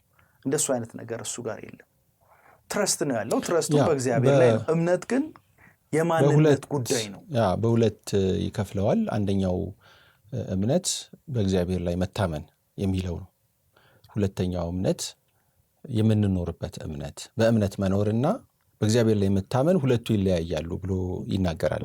አስተውለ ከሆነ አሁን ዲስከስ እያደረግን ያለ ነው በእግዚአብሔር ላይ ማመን የሚለውን የእምነት ታይፕ አይደለም። እሱ ችግር የለውም። በእግዚአብሔር ላይ መታመን የሚለው ኮንሰፕት ኢንዲፔንደንት ሐሳቦችን ወይም ደግሞ ልምምዶችን ያራምዳል ብለን ምን እየተናገርን ያለ ነው ተግባራዊ የሆነ የምንኖርበት እምነት፣ ኤክሰርሳይዝ የምናደርገውን የእምነት አይነት ነው። ጆይ የዚህ ጋር አንድ ጥያቄ ልጠይቅህ ይበልጥ እንድታብራራው ተፈጥሯዊ እንዲሆን ውይይታችን። ኃይሉ ኢንዲፔንደንት ነው ብሎ እሱን የማያምንም ነው የምልህ። ለምን መሰለ? ይሄ አይነቱ እምነት በተፈጥሮ ከእግዚአብሔር በመወለዳችን የዘር ልጅ በመሆናችን በመንፈሳችን ውስጥ አለ፣ ከእግዚአብሔር የተቀበል ነው፣ የኛ የራሳችን ፍጥረት አይደለም ብሎ ያምናል። አገኘኛ እኮ አንዴ ከእግዚአብሔር ተካፍለሃል። ከተካፈልክ በኋላ ኢንዲፔንደንትሊ ነው የምትለማመደው፣ ጥገኛ ሆነ አይደለም። ኢንዲፔንደንትሊ ለምሳሌ ከመንፈሳዊ ዓለም የምትፈልገውን ነገር እግዚአብሔርን ታምና አይደለም የምትጠራው። ልክ ነው። ኔቸርህን ራሱ ፌዝ አክት ያደርጋል። ተፈጥሮ ስለሆነ ተፈጥሮ ስለሆነ ራሱ መፍጠር ይችላል። ያንን ነው የሚለው። ይሄ ኢንዲፔንደንት ነው፣ ጥገኛ አይደለም። ይጥገኛ ግን የተቀዳው ከዛ ነው ለማለት ፈልጌ ነው። ኤክሰርሳይዝ የሚያደርገው በራሱ ዓለም ቅድም እንዳነሳሁት ሰው የዚህ ሰማይና ምድር ገዥና ፈራጅ ኤሎሂም ስለሆነ እግዚአብሔር በማይገባበት ሁኔታ ከእግዚአብሔር የተካፈለውን በመንፈሱ የተካፈለውን እሱን ፕራክቲስ ያደርገዋል፣ ይለማመዳል። እሱን ነው ይጥገኛ በሚለው መንገድ ካስቀመጥ ነው። በዛ ልክ ነው። ወለዱን ያምናል፣ የእግዚአብሔርን አምላክነት ያምናል። እሱን አያምንም እያልን አይደለም ያለ ነው። ግን እምነትን በተመለከተ እምነትን በሁለት ከከፈለው በኋላ አንዱ በእግዚአብሔር ላይ መታመን ነው። ይሄ ጥገኛ እምነት ነው። ይህ ጥገኛ የሚሆነው እምነት ደግሞ የምንኖርበት እምነት ብሎ የሚጠቅሰው እምነት ነው። እንግዲህ የምትኖርበት እምነት ማለት የምትፈልገውን ነገር በዚህ በምድር ስትኖር የምትፈልጋቸውን ነገሮች የምታገኝበት የምትቀበልበት እምነት ይህ ጥገኛ ነው። እነ ኬንዮንም እንደዛ ነው የሚያስቀምጥ። ኒው ቶት ወይም የኒው ኤጅ አስተሳሰብንም ስትመለከት እምነት የስሜትና የእውቀት ቅልቅል ነው ብሎ ነው የሚያምነው። ያ እምነት ከተፈጥሮ ሕግ የምትፈልገውን ነገር እንድታገኝ ያደርጋል፣ ወይም የተፈጥሮ ሕግ ለእምነትህ ምላሽ እንዲሰጥ ያደርጋል። የእምነት እንቅስቃሴ ውስጥም እንደዛው አይነት ልምምድ ነው ታየው። የቃል እምነት እንግዲህ ያው መሰረቱ ደጋግመን አንስተናል። ስፔሻል ሜታፊዚክስ ፍልስፍና ነው። የስፔሻል ሜታፊዚክስ ፍልስፍናን ኬንዮን ሃርነስት ሆምስ ትምህርት ቤት ገብቶ ገና በእድሜው ማለዳ ላይ ተምሯል። ሃርነስት ሆምስ አመክንዮና የውጤት ሕግ የሚል ትምህርትን አስተምሯል። የምናስበው አዎንታዊ ሐሳብ የውጤት መሰረት ነው። በዓለም ላይ የምናያቸው ውጤቶች፣ መልካም ውጤቶች ሁሉ የመልካም አስተሳሰብ ውጤቶች ናቸው። ኔጌቲቭ ነገሮች ደግሞ የኔጌቲቭ አስተሳሰብ ውጤቶች ናቸው ብሎ ያስቀምጣል። ይሄ ፍልስፍና እንግዲህ በራሱ የወደቀ ፍልስፍና ነው። ብዙ ክፉ ነገር ይሆናል ዓለም ላይ እንደምታውቀው። ንጹሐን ወገኖች በጦርነት ያልቃሉ፣ ረሃብ አለ፣ ብዙ ስቃይና መከራ ምድር ላይ አለ። እነኚህ ነገሮች ሁሉ እየሆኑ ያሉት እነኚህ ወገኖች ክፉ ነገር አስበው አይደለም። ጦርነት ስላሰቡ ጦርነት ሆኖ፣ ረሃብ ስላሰቡ ረሃብ ሆኖ፣ መደፈርን ስላሰበች አንዲት ልጅ ተደፈረች ብለን ኮንክሉድ ማድረግ አንችልም፣ መደምደም አንችልም። ያንን ወደ ራሱ አስባ ነው ማለት አንችልም። እና እንግዲህ ይህንን ትምህርት ከተማረ በኋላ ኬንዮን ምንድን ያደረገው የአዎንታዊ አስተሳሰብን አንድ እርምጃ አራመደው። የምናስበው ነገር ብቻ በቂ አይደለም፣ የምናስበውን ነገር መናገር ማወጅ አለብን የሚል ሀሳብን ጨመረ። ስለዚህ የቃል እምነት የለየለት የስፔሻል ሜታፊዚክስ ፍልስፍናን የተከተለ ኑፋቄ ነው ብለን መደምደም እንችላለን። ከመጀመሪያው ነው የተበላሸው እንጂ አፍሪካ ውስጥ ሲገባ አይደለም የተበላሸው፣ ወይም ኢትዮጵያ ውስጥ ሲገባ አይደለም የተበላሸው። የቃል እምነትን በጣም ንጹህና ቅዱስ ለማድረግ ኃይሉ የሄደበት መንገድ እኔ ትክክል አይደለም ብዬ አስባለሁ። እንደው ስለ ሰው ተፈጥሮ እስቲ ያለውን ምልከታ እንምጣበት። ኃይሉ ዮሐንስ አዲሱ ሰው በክርስቶስ በዳግም መወለድ የተገኘው ሰው ምን አይነት ተፈጥሮ ወይም ደግሞ ምን አይነት ቦታ አለው ብሎ ነው የሚያስበው? ምናልባት ይህንን ለማንሳት ኃይለ ዮሐንስ ትሪኒቲ ሥላሴን የሚመለከትበትን ምልከታ ማንሳት ይኖርብናል። ዳግም ልደትን ከማንሳታችን በፊት ያው ለዳግም ልደት ምክንያት የሆነን ጌታችንና መድኃኒታችን ኢየሱስ ክርስቶስ ነው። ክርስቶስን ስናነሳ ደግሞ ክርስቶሎጂን ነው የምናነሳው። ክርስቶሎጂን ስናነሳ ደግሞ ትሪኒቲን አብረን እናነሳለን እና እንደው በዛ ውስጥ እስቲ የታዘብከውን ነገር በዚህ ኢንተርቪው ላይ የተመለከትከውን ሀሳብ አካፍለንና እንጥላለን። ኃይሉ የራሱ የሆነ ቀደም ሲል ተናገር ያለው የራሱ የሆነ የትምህርተ ሥላሴ አመለካከት ነው ያለው። የራሱ የሆነ የትምህርተ ክርስቶስ አመለካከት ነው ያለው። የራሱ የሆነ የኒው ክሬሽን አስተምሮ ነው ያለው። እነዚህ ልዩ ናቸው። ኃይለ ዮሐንስ ሥላሴ ሲል ስንሰማው፣ ኃይለ ዮሐንስ ነገረ ክርስቶስ ሲል ስንሰማው፣ ኃይለ ዮሐንስ ኒው ክሬሽን ሲል ስንሰማው፣ ኃይለ ዮሐንስ እግዚአብሔር ልጅ ሲል ስንሰማው እንደ ወንጌላውያን ያምናል ማለት አይደለም። ብዙ ሰዎች የሚታለሉት በዚህ ነው። ኃይለ ዮሐንስ የራሱ የሆነ የእግዚአብሔር ልጅ የሚለውን ሀሳብ የሚፈታበት መንገድ አለው። አዲስ ፍጥረት የሚለውን የሚፈታበት መንገድ አለው። ሥላሴ የሚለውን የሚፈታበት መንገድ አለው። ነገረ ክርስቶስ የሚለውን የሚፈታበት መንገድ አለው። ይበልጥ በዚህ ኢንተርቪው ውስጥ በተወሰነ መንገድ ክፍል 1 እና 2 ላይ አንስተዋል ስለ ሥላሴ። እኔ በሥላሴ አማኝ ነኝ፣ ትምህርተ ሥላሴን እቀበላለሁ ብሎ ሲናገር እናየዋለን። ከውጭ ላየው ሰው ኃይለ ዮሐንስ የሥላሴ ትምህርትን የሚቀበል ይመስላል። ነገር ግን ከዚህ ኢንተርቪዎቹ ውጪ ለምሳሌ የራሱ የኃይለ ዮሐንስ ሚኒስትሪስ የሚል ዩቲዩብ ቻናል አለው። እዛ ቻናል ላይ ትሪኒቲ ኮንሰፕት እና ክርስቶሎጂ ኮንሰፕት የሚል 2 ቪዲዮዎችን ሄዶ ለተመለከተ ሰው በጣም አጭር ቪዲዮ ነው። ያው ኢቢኤስ ቴሌቪዥን ላይ በተደጋጋሚ እሑድ ማለዳ የሚያቀርበው ምንድነው ፕሮግራም ላይ የተቀረጸው ነው እዛ ዩቲዩብ ላይ ያስቀመጠውና በአንክሮ ስትመለከተው ፈጽሞ ከወንጌላውያን የትምህርተ ሥላሴና የነገረ ክርስቶስ አስተምሮ የተለየ እንደሚያስተምር ትመለከታል። የእግዚአብሔር ልጅ የሚለውን አማኝ የእግዚአብሔር ልጅ ነው ሲባል ምን ማለት ነው የሚለውን ይበልጥ ለመረዳት እንዲቻል ወደ ክርስቶስ መምጣት ያስፈልጋል። ምክንያቱም እሱ በኩራችን ነው ብሎ ነው የሚያስበው። ከዛ እኛ እንቀጥላለን፣ የእሱ ወንድሞች ነን፣ እሱ በኩር ወንድማችን ታላቅ ወንድማችን ነው ይላል። ስለዚህ አማኝን ከክርስቶስ ጋር በእኩል ደረጃ የመመልከት ቴንደንሲ አዝማሚያ ያለው ኢየሱስ የእግዚአብሔር ልጅ ነው። ወደዛ ስንመጣ ደግሞ እግዚአብሔር ልጅ የሚለውን ሀሳብ ለመረዳት ቃል ሥጋ ሆነ ወደሚለው እንመጣለን። ወደዛ ስለሚመጣ እግዚአብሔር ልጅ የሚለውን ቃል ሥጋ ከመሆን ጋር ስለሚያብራራ ወደዚህ ስንመጣ ደግሞ ቃል ወደሚለው እንመጣለን። ቃል ወደሚለው ስንመጣ እሱ የሚለው ምንድነው? ሰማይና ምድር ከመፈጠሩ በፊትና ሰማይና ምድርም ከተፈጠረ በኋላ እስከ አዲስ ኪዳን እስከ ማቴዎስ በአዲስ ኪዳን ይቅርታ እስከ ወንጌላት እስከጀመሩበት ጊዜ ድረስ ጌታ በዚህ ምድር ላይ እስካገለገለበት ጊዜ ድረስ የትምህርተ ሥላሴ አስተምሮን በሚመለከት ሁለተኛው የሥላሴ አካል ቃል ተብሎ እንደሚጠራ ያምናል። ግን ቃል የሚለውን በይበልጥ ከሚጠራ ይልቅ የሚመርጠው ትምህርተ ሥላሴን ሲያስረዳ የመጀመሪያው የሥላሴ አካል ኤሎሂ ይባላል። ሁለተኛው የሥላሴ አካል ኤሎሂ ይባላል። ሶስተኛው የሥላሴ አካል ኤሎሂ ይባላል። ኤሎሂ ማለት ነጠላ ቁጥር ነው፣ ገዢና ፈራጅ ማለት ነው። ኤሎሂም ማለት ደግሞ ገዢዎችና ፈራጆች ማለት ነው፣ የብዙ ቁጥር ነው። ስለዚህ እግዚአብሔር ለዘላለም ሰማይና ምድርም ከመፈጠሩ በፊት በብሉይ ኪዳንም አዲስ ኪዳን ከመጀመሩ በፊት ባሉት ዘመናት ራሱን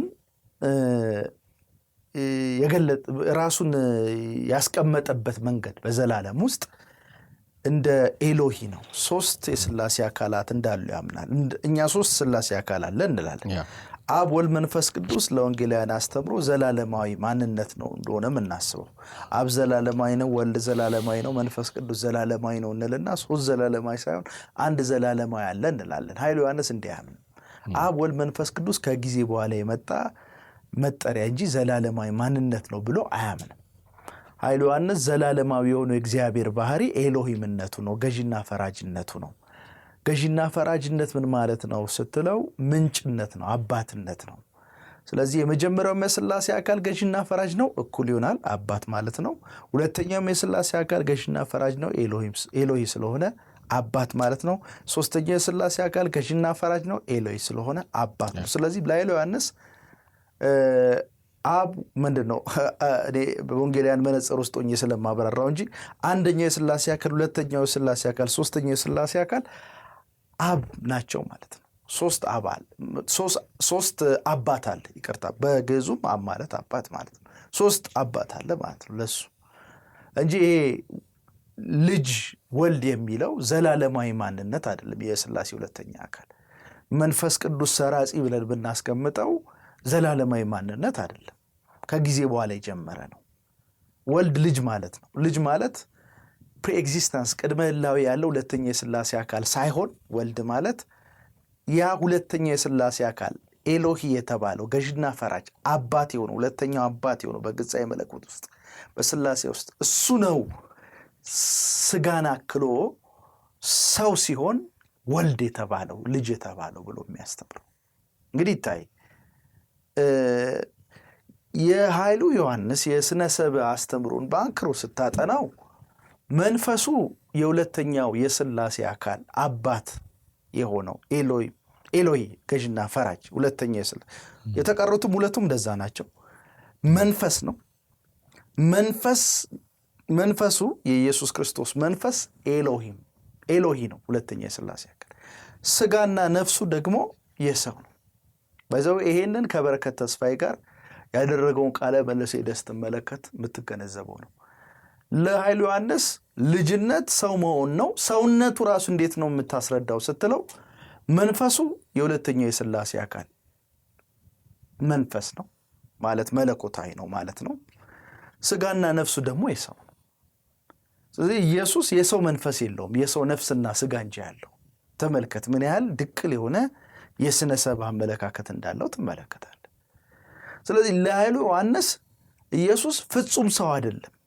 እሱ ፍጹም ሰው ነው ብሎ ይናገር እንጂ ፍጹም ሰው አይደለም። ምክንያቱም መንፈሱ የሁለተኛ የሥላሴ አካል ማንነት የሆነ ስጋና ነፍሱ ደግሞ የሰው የሆነ ሰው እኛን አይተን አናውቅም በምድር ታሪክ ውስጥ።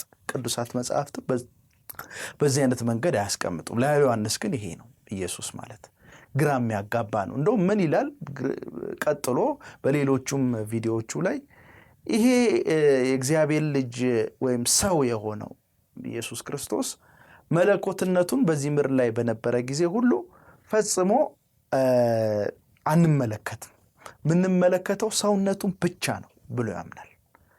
እና ለኃይሉ ዮሐንስ ኢየሱስ ሰው ብቻ ፍጹም ሰው ብቻ ነቱን ያስረዳው በዚህ ምድር ምልልሱ። እንደውም አለፍ ይልና እንደውም ወንጌል የተመሰረተው በመለኮትነቱ ላይ ሳይሆን ወንጌል የተመሰረተው በሰውነቱ ላይ ነው ብሎ ያምናል። ስለዚህ ለኃይሉ ዮሐንስ የስርየት ሥራ የክርስቶስ ኢየሱስ የስርየት ሥራ ብለን የምናብራራው በመለኮትና ሰው በአምላክ ሰው በሆነው በኢየሱስ ክርስቶስ የተፈጸመ ነው ብለን የምናብራራውን ይንዳል። በምንድን ነው የተፈጸመው ብሎ ነው የሚያብራራው? በስጋውና በነፍሱ ማለት ነው የተፈጸመው። ምክንያቱም ለኃይሉ ዮሐንስ መለኮትነቱ በዚህ ምድር ላይ ላለው አገልግሎት ጠቃሚ አይደለም ብሎ ስለሚያምን ሰውን የሚረዳው ደግሞ እንዳልኩት መንፈሱ የአምላክ ስጋና ነፍሱ የሰው ስለሆነ በማን ነው ስርየቱ ስራው የተፈጸመው ብለህ ስትጠይቅ በስጋና በነፍሱ ነው ማለት ነው የተፈጸመው።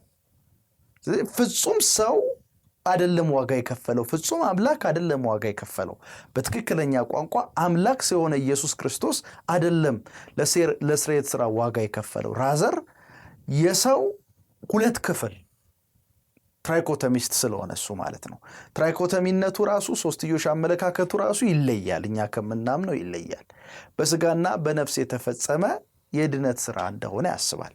ለእሱ ክርስትና ልጅነት ነው። ለኃይሉ ዮሐንስ ልጅነት ነው፣ ሌላ ምንም አይደለም። አማኝ የእግዚአብሔርን አባትነት እንዲረዳ፣ አማኝ ደግሞ የእግዚአብሔር ልጅ እንደሆነ እንዲረዳ ማድረግ ነው። የአባትና የልጅ ግንኙነት ነው ለኃይሉ ዮሐንስ ሥላሴ ማነው የወንጌል ትምህርት። ስለዚህ አማኝ ምንድን ነው ኃይሉ ዮሐንስ የሚለው? በአዳም ያጣው የእግዚአብሔር ልጅነት በክርስቶስ ኢየሱስ አማካኝነት አግኝቶታል ብሎ ነው የሚያምነው። ስለዚህ የልጅነት ጉዳይ ነው ለኃይሉ ዮሐንስ ትምህርት። እኛ አማኞች የጸጋ ልጆች ወይም ደግሞ የማደጎ ልጆች ሳንሆን የባህሪ ልጆች ነን ብሎ ነው የሚያምነው። ምክንያቱም የኛ ልጅነት ከስጋና ከነፍስ አንጻር ሳይሆን የሚብራራው ለኃይሉ ዮሐንስ በመንፈስ ላይ ቆሞ የሚብራራ ነው። ምክንያቱም ልጅነት ለኃይሉ ዮሐንስ የእግዚአብሔርን ባህሪ ሁሉ መቀዳጀት ነው። የእግዚአብሔር ባህሪ ደግሞ የተቀዳጀ ነው በስጋና በነፍስ ሳይሆን በመንፈሳችን ነው ብሎ ስለሚያምን ኃይሉ ዮሐንስ እንግዲህ ለመንፈስ ላቅ ያለ ስፍራ አለው ማለት ነው። የእግዚአብሔር ልጆች ነን ሲል ልጅነቱን የሚያብራራው ከመንፈስ አንጻር ነው ማለት ነው።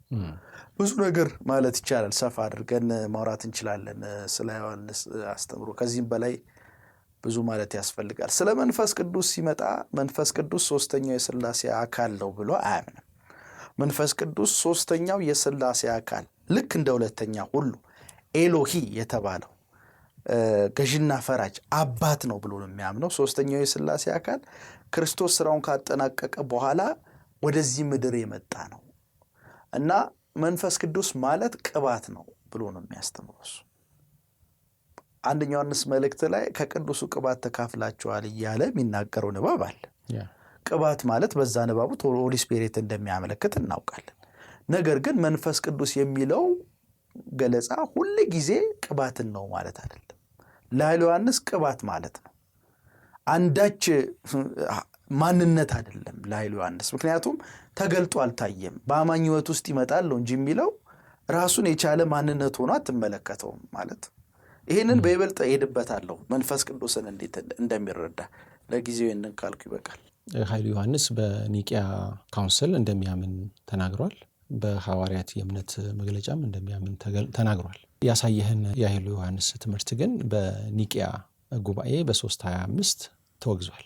አዶፕሽኒዝም፣ ክርስቶስ ልጅነት ዘላለማዊ ነው።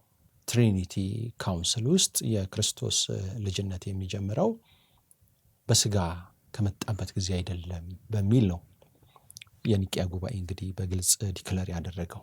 ኃይሉ ዮሐንስ የኢየሱስን ልጅነት ጀመረ ብሎ የሚያምነው የእግዚአብሔር ልጅነቱን ሰው ከሆነበት ጊዜ ጀምሮ ነው። ከዛ በፊት ልጅ አልነበረም። እንዳልከው ኤሎሄ ነው። ኤሎሂ ሆኖ ነበረ ይኖር የነበረው። በዘላለም ውስጥ ልጅ አልነበረም። የሆነ የጀመረበት ሲዝን አለ። እነኚህ ጉባኤዎች እንግዲህ የእምነት አባቶችን አቋም የዌስት ሚኒስትርንም መግለጫ ስንመለከት ከረንት ያሉ እንደ ጋፊን አይነት ቴዎሎጂያንንም ስንመለከት የክርስቶስ ልጅነት ዘላለማዊ ነው በሚለው ነው የሚስማሙት። የኢየሱስን ልጅነት መጽሐፍ በብዙ ነገር ይገልጠዋል። ለምሳሌ ሮሜ መጽሐፍ ላይ ኃይል እግዚአብሔር ልጅ ሆኖ ስለተነሳው ስለ ልጁ ስለ ኢየሱስ ክርስቶስ ነው ይላል። ስለ ወንጌል ምንነት ሲናገር ከትንሣኤ ጋር ይገልጠዋል። ዲክለር እንደተደረገ እንደታወጀ ልጅነቱ ጀመረ የሚል ኮንሰፕት የለውም። ከሞት ሲነሳ ልጅነቱ ተገልጧል፣ ግን እዛ ጋር ተጀምሯል ማለት አይደለም። ካንቺም የሚወለደው ቅዱሱ የሕያው እግዚአብሔር ልጅ ይባላል ብሎ መልአኩ ገብርኤል ለማርያም ሲያበስራትም ተናግሯል። ይሄ ማለት ለማርያም ልጅነቱን ነገራት እንጂ ልጅነቱ ከተወለደ በኋላ የሚጀምር ነው እያላት አይደለም።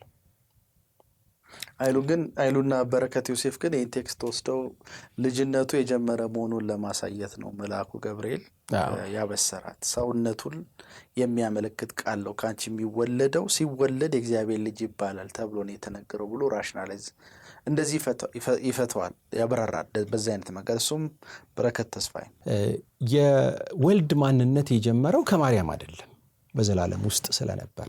በዘላለም ውስጥ ደግሞ ከትሪኒቲ ካውንስል ውስጥ የነበረው ሪሌሽን ምን ነበረ ብለህ ስትጠይቅ የአባትና የልጅ አይነት ግንኙነት ነው ያለው። የመላኩን ነገር አንዳንድ ጥቅሶችን ማንሳት እንችላለን። ሁሉን ወራሽ ባደረገው ደግሞ ዓለማትን በፈጠረበት በልጁ ብሎ ይናገራል። ኃይሉ ዮሐንስ ይህንን ቃል እንዴት ነው ያየው? የዕብራውያን ጸሐፊ የሚጽፈው አሁን ላይ ስለሆነ ወልድ በስጋ ስለመጣ ኦልሬዲ የእግዚአብሔር ልጅ ስለተባለ በልጅነቱ ስለሚያውቁት ያንን አድሬስ እያደረገ ነው የሚናገረው ብሎ ነው በእርግጠኝነት የሚናገረው። ኦኬ፣ ይህንን እንኳን በዛ መንገድ ብንረዳው ዕብራውያን ምዕራፍ 1 ቁጥር 5ንስ እንዴት ነው የምናየው? ይህንን ብንቀበል እንኳን ይጋጫል። ምንድን ነው የሚለው?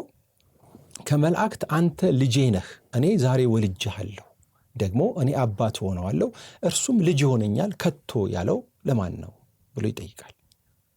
ወልድን ከመላእክት ጋር ነው የሚያወዳድረው። የወልድን ልህቀት ለማሳየት ወልድን ልጅ ብየዋለሁ ብሎ ነው የሚያስቀምጠው።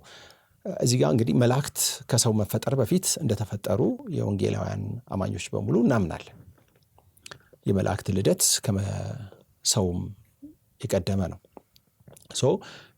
በዚህ ከመላእክት ጋር ባለው ሁኔታ ውድድር ኢየሱስ የእግዚአብሔር ልጅ ተብሏል።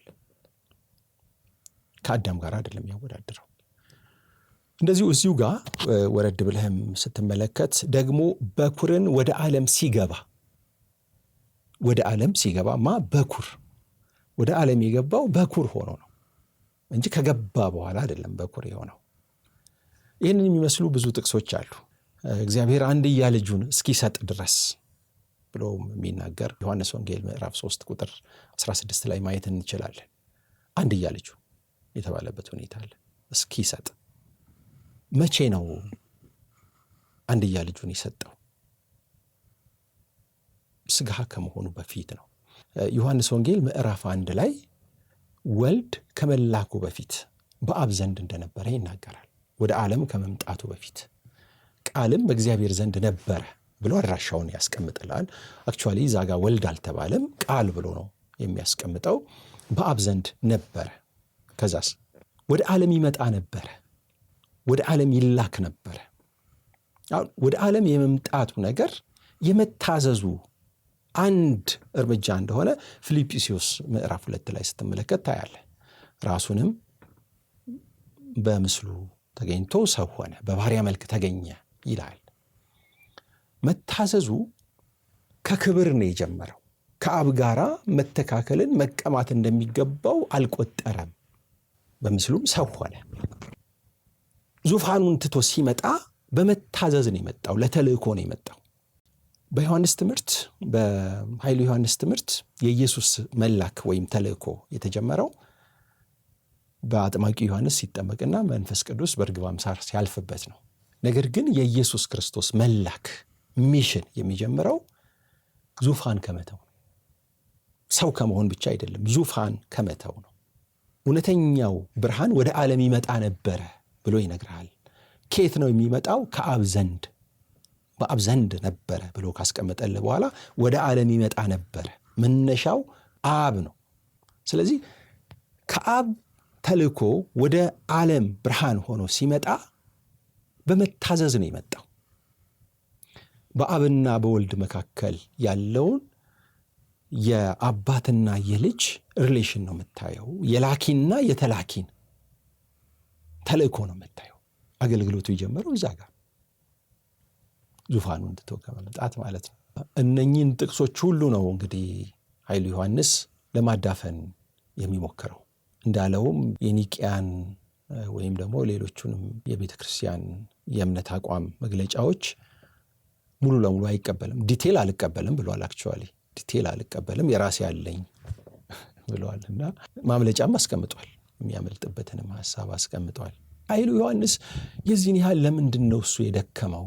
ክርስቶሎጂ ላይ፣ ነገረ ክርስቶስ ላይ የቤተ ክርስቲያን አባቶች ካስቀመጡት እውነት ባለፈ ነገር ለምንድን ነው እሱ የሚደክመው ብለን ስንጠይቅ፣ አንድ ሥላሴ ትምህርትን ቀለል አድርጎ ሰው እንዲገባው አድርጎ ለማቅረብ፣ ምናልባትም የእስልምናው ሃይማኖት ተከታይ እንዲረዳው እንዲቀርብ አድርጎ ለማቅረብ የፈለገም ይመስላል።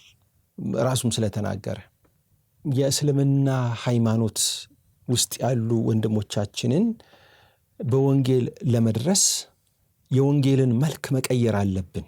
በእነሱ ልክ ወንጌልን አውርደን መግለጥ አለብን ብዬ አላስብም። ወንጌል በተቀመጠበት ራሱ ቃሉ ስለ ራሱ በሚናገርበት ሥላሴን በሚያስቀምጥበት ልክ ነው መተረክ ያለበት እንጂ አዲስ ነገር መፍጠርና በዛ መንገድ ማቅረብ አለብን የሚል እምነት የለኝም።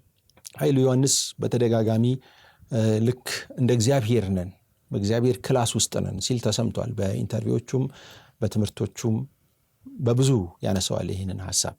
ለዚህ መነሻ የሚያደርገው በእግዚአብሔር መልክና ምሳሌ እግዚአብሔር ሰውን ፈጠረው የሚለውን ቃል። በእግዚአብሔር መልክና ምሳሌ ተፈጠረ።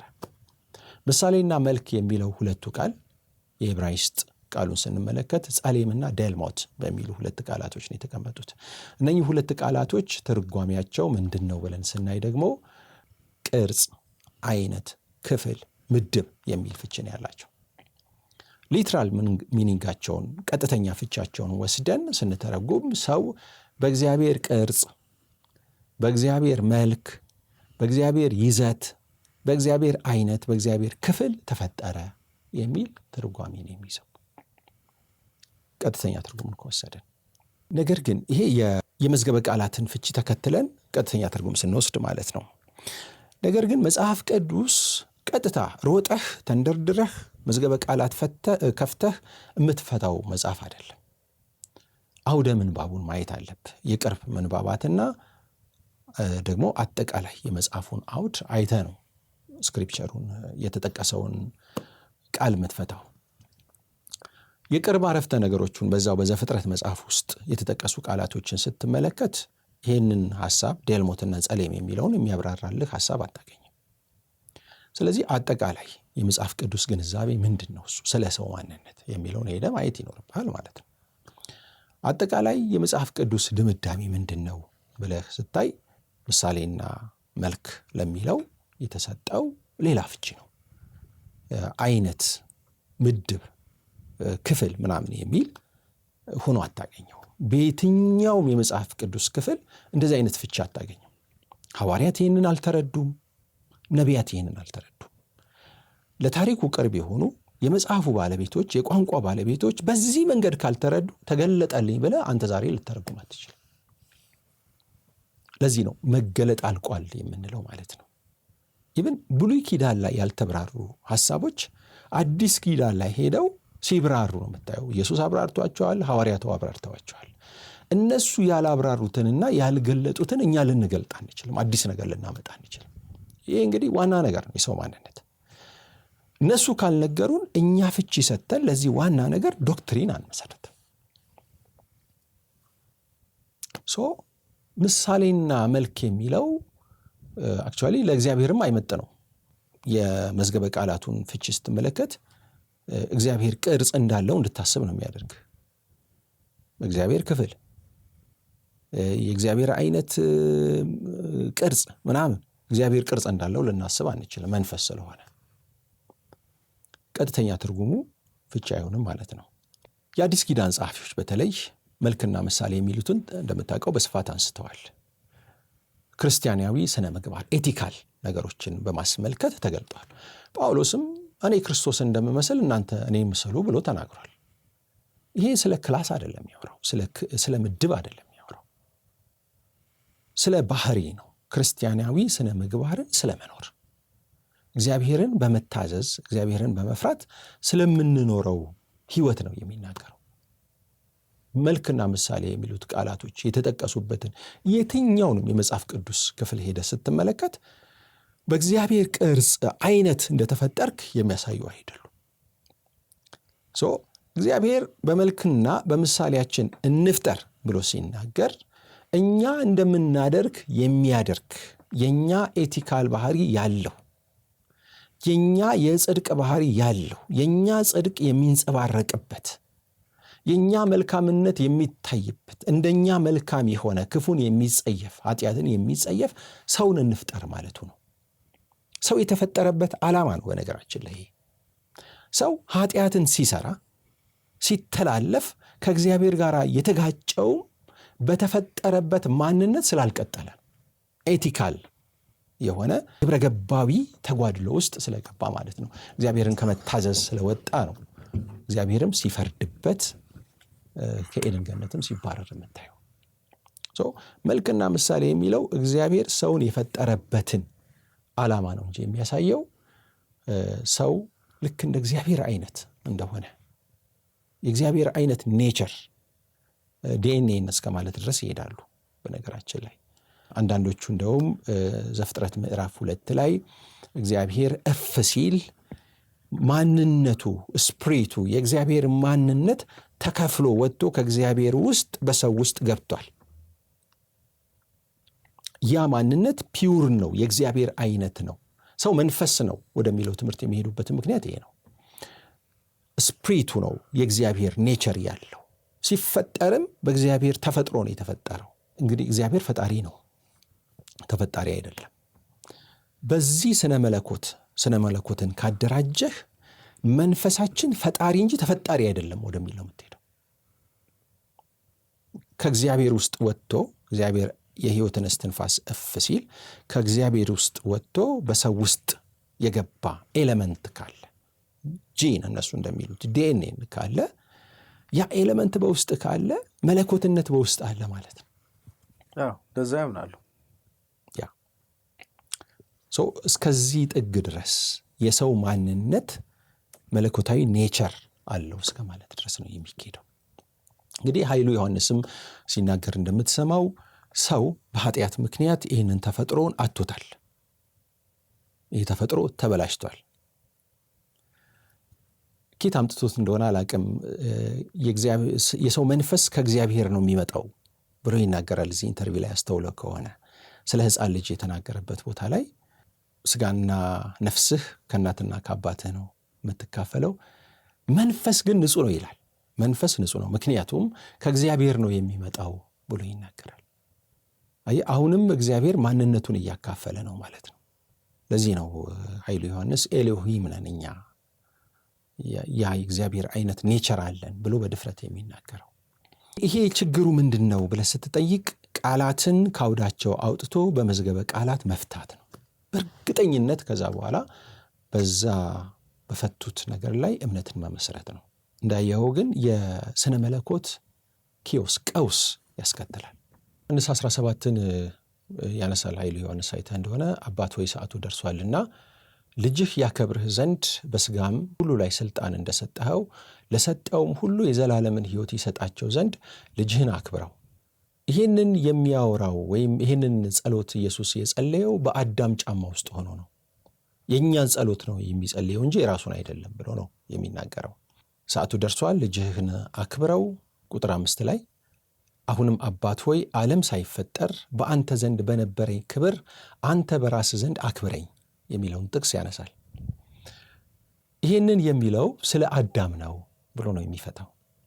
ዓለም የተባለው በዚህ ቦታ ላይ ኮስሞስን ወይም ይህንን ግዙፍን ዓለም አይደለም፣ መላለምን ሳይሆን ዓለም የተባለው ሲስተሙን ነው፣ የኃጢአት ስርዓትን። አዳም ልክ በኃጢአት ሲወድቅ የተፈጠረ ኃጢአተኛ ስርዓት አለ። ያንን ስርዓት ነው የሚያመለክተው እንጂ የመላለምን መፈጠር የዩኒቨርስን መፈጠር አይደለም። ኢየሱስን ሳይሆን የሚመለከተው የቃል ቀጥታ አዳምን ነው። አዳም ከመውደቁ በፊት ክብር ነበረው። ይሄ በጣም የሚያስቅ ነው። ምክንያቱም መጽሐፉ በግልጽ የሚያነሳቸው ነገሮች አሉ። ልጅህ ያከብር ዘንድ በስጋም ሁሉ ላይ ስልጣን እንደሰጠኸው። ይሄንን ስለ አዳም ነው ኢየሱስ እያለ ያለው ማለት አይቻልም። በስጋ ላይ ሁሉ ስልጣን የተሰጠው ጌታችን ኢየሱስ ክርስቶስ ነው። ለሰጠውም ሁሉ የዘላለምህን ሕይወት ይሰጣቸው ዘንድ ልጅህን አክብረው። አዳምን አክብረው ብለን ብንተካው በጣም ትልቅ ስህተት ነው የምንሳሳተው። ምክንያቱም አዳም የዘላለምን ሕይወት ሊሰጥ አይችልም። ይሄ ክብር ምንድን ነው ብለህ ስትጠይቅ የዘላለም ሕይወት መስጠት። ዓለም ከመፈጠሩ በፊት እያለ ያለው የወደቀውን ዓለም የዓለም ስርዓት ነው ብሎ መደምደም በፍጹም አይቻልም። በዚህ ክፍል አውድ ውስጥ ስትመለከት ኢየሱስ ከአብ ዘንድ እንደመጣ ነው የሚነግርህ። ቅድም እንዳነሳ ነው በአብ ዘንድ ነበር፣ ያ ክብር ነበረው፣ ከአብ ጋር መተካከል ነበረው። ወደ ዓለም ሲመጣ ሰው ሲሆን ነው ያነሰው፣ ስጋን ስለለበሰ ማለት ነው። ዓለም ከመፈጠሩ በፊት የሚለው ዓለማት ከመፈጠራቸው በፊት እንደሆነ በዮሐንስ ኮንቴክስት ግልጽ ነው። ዮሐንስ ታሪኩን የሚጀምረው ዓለማት ከመፈጠራቸው በፊት ስላለው ስርዓት በማውራት ስለሆነ ማለት ነው። የዛሬውን የካኖናስ ዳሰሳ ፕሮግራም በዚህ እናጠቃልላለን። በሌላ ጊዜ በተመሳሳይ ፕሮግራም እስክንገናኝ ሰላሙ ነው።